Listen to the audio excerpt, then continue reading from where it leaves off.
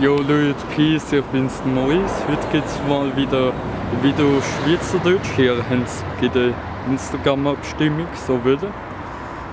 24% haben nicht wollen, dass ich schweizerdeutsche Videos mache.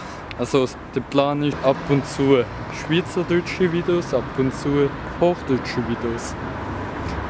Wenn ihr eine andere Idee habt, schreibt es in die Kommentare. Und dann werde ich mal schauen, was so passt. Jetzt bin ich gerade in St. Gallen unterwegs, hole mir zum Mittag. Schaue ein bisschen um, was da so hat, was da so Spannendes gibt zum sehen. Wenn ich noch Zeit habe, gehe ich an einen Aussichtspunkt in St. Gallen. Genau, da ist die Aussicht, die ich gemeint habe, über St. Gallen. Das silbrige Türmli ist das Kinderspital, das Kantonsspital. Ja, ich finde es hier eigentlich schön zum Runterschauen. Ich finde es hier einen coolen Spot zum Hingehen. Wenn man mal Zeit hat, wie ich zum Beispiel jetzt in der Mittagspause, geht man hier hin, schaut man auf St. Gallen runter und kann das Leben geniessen.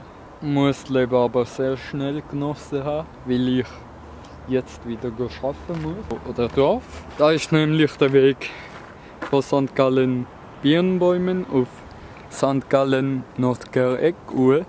So, das wäre sie jetzt auch mit dem Vlog gewesen.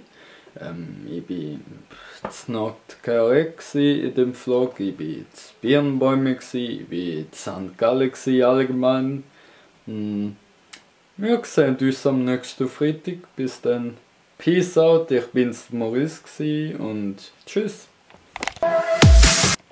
Und nochmal etwas. Schreibt eben in die Kommentare, ob ihr schlussendlich wirklich zufrieden sind mit der Situation mit den schweizerdeutschen Videos oder nicht.